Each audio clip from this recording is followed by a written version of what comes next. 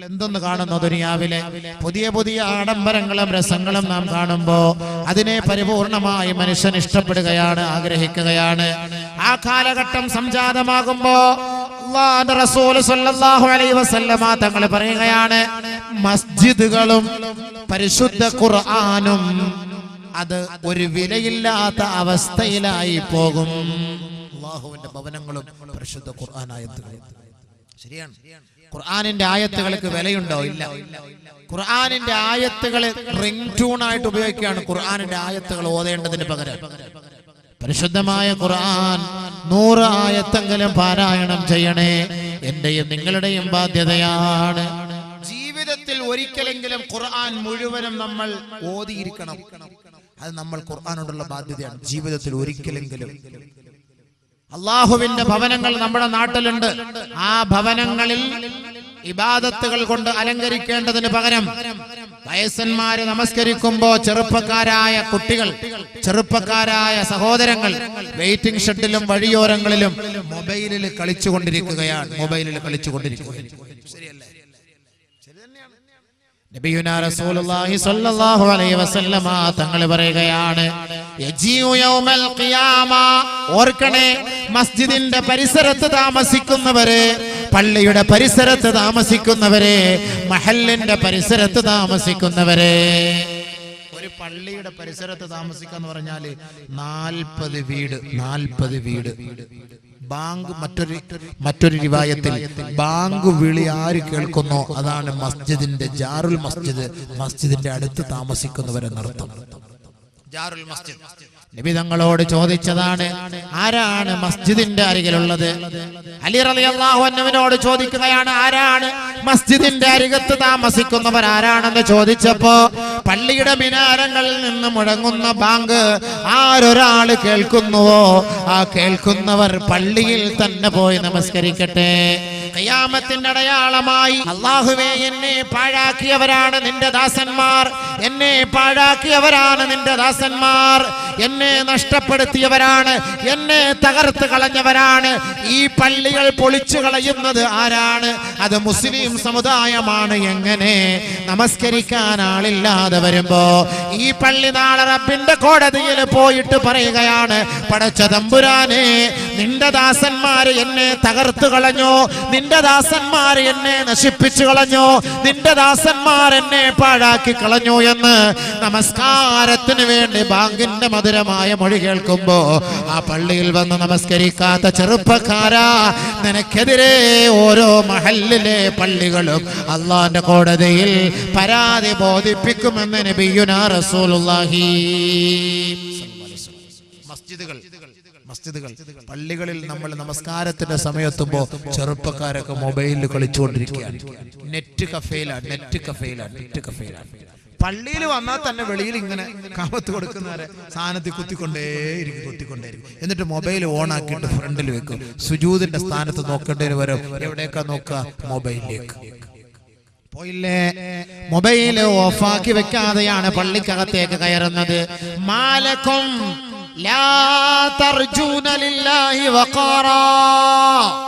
അള്ളാഹുവിന്റെ മുന്നിലാണ് നിൽക്കുന്നതെന്ന ഒരു ചിന്ത പോലും നിന്നെ അലട്ടുന്നില്ലയോ ചെറുപ്പക്കാരാ?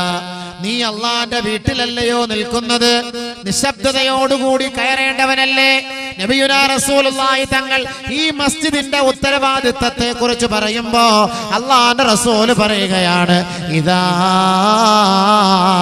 അതൈതുമുസ്സലാത്ത ഫഅതൂഹാ വഅലൈക്കും ബിസ്സകീന വലാ തഅതൂഹാ വഅൻതും തസ്ഔൻ.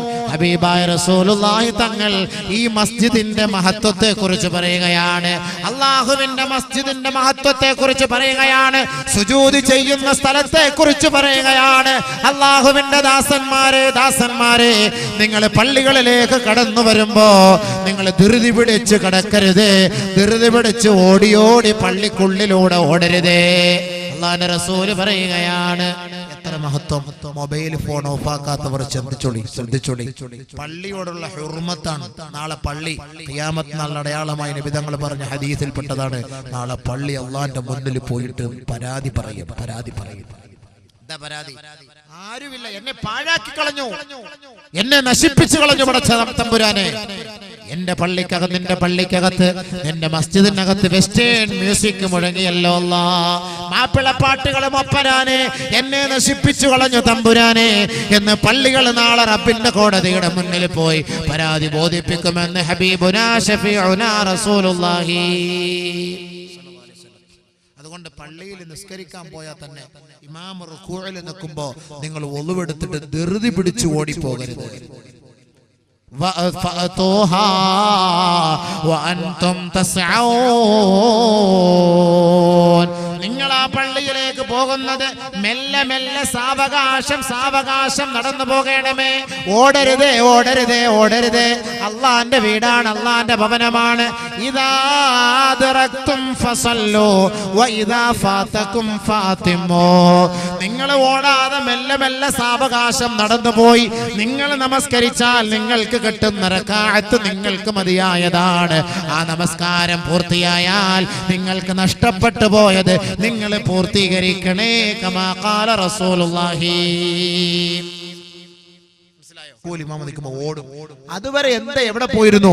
ബാങ്ക് വിളിച്ച് 20 മിനിറ്റ് സമയം മൊബൈലിലൂടെ കളിച്ചുകൊണ്ടിരുന്നു. വെളിയിൽ കളിച്ചുകൊണ്ടിരിക്കുക. ഇഖാമത്തിന്റെ സമയം ഓടി വരും. എന്നിട്ട് ഒന്നുവെടുത്തിട്ട് പാടില്ല. അങ്ങനെ ഓടാൻ പാടില്ല. മംനൂ. നാളെ പള്ളി നമുക്കെതിരെ പ്രാർത്ഥിക്കും. അള്ളാഹു നമ്മളെ കാത്തുരക്ഷിക്കട്ടെ. മസ്ജിദുകൾ അനുകൂലമാകണം. കാരണം എന്റെ ചെറുപ്പക്കാരാ, നീ നമസ്കരിച്ചു കഴിഞ്ഞാൽ, നീ സുജൂദ് ചെയ്ത പള്ളിയുടെ മുസല്ല നീ മരണപ്പെട്ടു പോകുമ്പോ നിനക്ക് വേണ്ടി 40 ദിവസം കരയുമെന്ന് നബിയുനാ റസൂലുള്ളാഹി. എന്റെ സഹോദരിമാരെ, നിങ്ങൾ വിഷമിക്കണ്ട. നിങ്ങളുടെ വീട്ടിൽ നിങ്ങൾ നമസ്കരിക്കാൻ വേണ്ടി ഒരുക്കി വെച്ച പള്ളിയുണ്ടല്ലോ. അമറനാ റസൂലുള്ളാഹി സ്വല്ലല്ലാഹു അലൈഹി വസല്ലമ അൻ നത്തഖിദൽ മസാജിദ ഫിദ്ദുവരി വ അൻ തുതയ്യബ വ തുതഹറ വ തുനല്ലഫ. ബഹുമാനപ്പെട്ട ആയിഷ ബീവി പറയുകയാണ്, കമാ ഖാല റസൂലുള്ളാഹി, നബിയുനാ റസൂലുള്ളാഹി തങ്ങൾ ഞങ്ങളോട് പറഞ്ഞിട്ടുണ്ട്, വീട്ടിൽ ഒരു പള്ളി നിർമ്മിക്കാൻ എന്ന് പറഞ്ഞാൽ വീട്ടിൽ നമസ്കരിക്കാൻ ഒരു മുറി ഉണ്ടാക്കുക. ആ നമസ്കാര മുറിയിൽ ആണുങ്ങളല്ല നമസ്കരിക്കേണ്ടത്, പെണ്ണുങ്ങളാണ്. ആയിഷ ബീവി പറയുകയാണ്, ഞങ്ങളോട് നബി തങ്ങൾ കൽപ്പിച്ചിട്ടുണ്ട് വീട് വൃത്തിയാക്കാൻ, വീട്ടിനകത്തൊരു പള്ളി കെട്ടാൻ, ആ പള്ളി വൃത്തിയാക്കി വെടിപ്പാക്കി സൂക്ഷിക്കണേ എന്നും അല്ലാഹുവിന്റെ റസൂൽ ഞങ്ങളോട് പഠിപ്പിച്ചിട്ടുണ്ട്. അതുകൊണ്ട് നിങ്ങൾ ആ വീട്ടിലെ മുസല്ലയിൽ നമസ്കരിച്ചാൽ, ആ നമസ്കരിക്കുന്ന പെണ്ണ്, ഈ പള്ളിയിൽ നമസ്കരിക്കുന്ന ചെറുപ്പക്കാരൻ മരിച്ചുപോയാൽ, യബ്കി അലൈഹി മുസല്ലാഹു 40 യൗമാ, 40 ദിവസങ്ങളോളം ആ സുജൂദ് ചെയ്ത സ്ഥലം ഈ മരിച്ചുപോയ മനുഷ്യന് വേണ്ടി പ്രാർത്ഥിക്കുമെന്ന് ഹബീബുനാ ശഫീഉനാ റസൂലുള്ളാഹി. ആ സ്ഥലം അവന് വേണ്ടി കണ്ണീരൊലിപ്പിക്കുമെന്ന് നബിയുനാ റസൂലുള്ളാഹി. ചെറുപ്പക്കാർ നമസ്കരിക്കുമ്പോൾ ആ മുസല്ല കരയും, അല്ലാഹ് അവന് നീ പുറത്തു കൊടുക്കണേ. എല്ലാ ദിവസവും ഇവിടെ വന്ന് സുജൂദ് ചെയ്തവനായിരുന്നു, ഇന്നവൻ മരിച്ചുപോയി, നീ പുറത്തു കൊടുക്കണേ എന്ന് ദുആ ചെയ്യും. നമസ്കരിക്കുന്ന സ്ഥലം മുസല്ല. ആരാ ഇപ്പൊ മുസല്ല ഒക്കെ ശ്രദ്ധിക്കാറുള്ളത്? പള്ളിയിൽ വീട്ടിലുള്ള മുസല്ലയുടെ പഴക്കം എത്ര? എങ്ങനെ പോലെ ഒരു 12 വർഷം കാണും. പണ്ട് ഉപ്പ ഗൾഫിൽ ദുബായ്ക്ക് പോയപ്പോ കൊണ്ടുവന്ന മുസല്ലാണ്. നല്ല സുഖമായിരുന്നു അന്ന്, സോഫ്റ്റ് മുസല്ലയിൽ സുജൂദ് ചെയ്യാൻ. ഇന്ന് ആ സുജൂദ് ചെയ്യുന്ന സ്ഥലത്തൊരു തണുപ്പടിക്കും. എന്തേ തണുപ്പ്? താഴത്തെ ഗ്രാനൈറ്റിന്റെ തണുപ്പ്. കാരണം ഓട്ട വീണ് സാധനത്തിന്. സുജൂദ് ഓട്ട വീണ്. മുസല്ല 3 അടയാളം, 2 മുട്ട് വെച്ച അടയാളം, 2 നെറ്റി വെച്ച അടയാളം. മുസല്ലയ്ക്ക് മാറ്റാറില്ല. കാരണം മുസല്ല വലിയ മുസല്ല. എന്നാലോ അവരിയ്ക്കുന്ന സോഫ, അവരിയ്ക്കുന്ന കസേര, അവർ കിടക്കുന്ന ബെഡ് 40,000 റുപ്യയുടെ കയറി കിടന്നാൽ നല്ല സുഖം കിടക്കാൻ. 40,000 റുപ്യ. പുതിയ ഡ്രസ്സ് വാങ്ങിട്ട് നിസ്കരിക്കുന്ന ആരാ? അള്ളാന്റെ മുന്നിൽ നിൽക്കുമ്പോൾ അവർ ഭവ്യതയോടുകൂടി നിൽക്കും. അല്ലെങ്കിൽ നാളെ എതിര് പറയും. അപ്പൊ ഞാൻ പറഞ്ഞു വരുന്നത് ചെറുപ്പക്കാർ മസ്ജിദിനോടുള്ള ഉത്തരവാദിത്വം, ഇല്ലെങ്കിൽ മസ്ജിദ് നമുക്കെതിരെ പ്രവർത്തിക്കും. രണ്ടാമത് ഖുർആൻ നാളെ റബ്ബിന്റെ മുന്നിലേക്ക് വന്ന് പരാതി പറയും. ചെറുപ്പക്കാരാ പരിശുദ്ധ ഖുർആൻ ഒരിക്കലെങ്കിലും നീ പാരായണം ചെയ്തിട്ടുണ്ടോ? ദുനിയാവിൽ എത്ര നെറ്റുകളിലൂടെയാണ്, കമ്പ്യൂട്ടറിലൂടെയാണ് നീ കളിക്കുന്നത്? ദുനിയാവിന്റെ എത്ര കണക്കുകളാണ് നീ കൂട്ടുന്നത്? ഒരു മനുഷ്യന്റെ മേൽ ബാധ്യതയാണ്, ഒരു മനുഷ്യന്റെ മേൽ കടമയാണ്. ഒരിക്കലെങ്കിലും ജീവിതത്തിൽ ഒരു പ്രാവശ്യമെങ്കിലും പരിശുദ്ധ ഖുർആൻ സൂറത്തുൽ ഫാത്തിഹ മുതൽ സൂറത്തുൻ നാസ് വരെയുള്ള 114 അധ്യായങ്ങൾ, 114 സൂറത്തുകൾ, 6000-ൽ പരമായത്തുകൾ ഓതേണ്ട ബാധ്യത ഓരോ ചെറുപ്പക്കാരന്റെയും ഓരോ ചെറുപ്പക്കാരിയുടെയും മേൽ ബാധ്യതയാണ്. ഒരാളുടെ കണ്ണ് തുറക്കണമോ, ഒരാളുടെ ജീവിത ശൃംഖലകൾ എളുപ്പമാകണമോ, അവന്റെ ജീവിതത്തിന്റെ വഴി എളുപ്പമാകണമോ, സ്വർഗത്തിലേക്കുള്ള പാത അവന്റെ മുന്നിൽ തെളിഞ്ഞു കിടക്കണമോ, പരിശുദ്ധ ഖുർആൻ ദിവസം തോറും കുറഞ്ഞതൊരു 100 ആയത്തെങ്കിലും ഓതേണമേ. നാളെ ഖുർആൻ പാരായണം നടത്താത്തവർ മരിച്ചുപോയാൽ, ഖുർആൻ ഒരിക്കലെങ്കിലും പൂർത്തിയാകാതെ മരിച്ചുപോയാൽ, നാളെ യജീഉൽ മുസ്ഹഫ് പടച്ച റബ്ബേ ഹറഖൂനി വമസ്സഖൂനി, അല്ലാഹുവേ എന്നെ കരിച്ചു കളഞ്ഞവനാണ്, എന്നെ കീറിക്കളഞ്ഞവനാണ്, ഈ പരിശുദ്ധ ഖുർആനിന്റെ ആയത്തുകളെ പിച്ചി ചീന്തിയവനാണ്. ചെറുപ്പക്കാരാ പരിശുദ്ധ ഖുർആൻ ഒളിപ്പിച്ചു വെച്ചിരിക്കുന്ന മൊബൈലിലല്ലയോ അശ്ലീല ചിത്രങ്ങളും നീ ഒളിപ്പിച്ചു വെച്ചത്? ആ അശ്ലീല ചിത്രങ്ങൾ കാണുന്ന അതേ ടച്ചിലല്ലയോ പരിശുദ്ധ ഖുർആനും നീ ടച്ച് ചെയ്യുന്നത്? ആ ഖുർആൻ ഒളിപ്പിച്ചു വെച്ച മൊബൈൽ കൊണ്ടല്ലേ നീ ബാത്റൂമിലേക്ക് പോകുന്നത്? അതുകൊണ്ട് തന്നെ സോഷ്യൽ മീഡിയകൾ അത് നരകത്തിലേക്ക്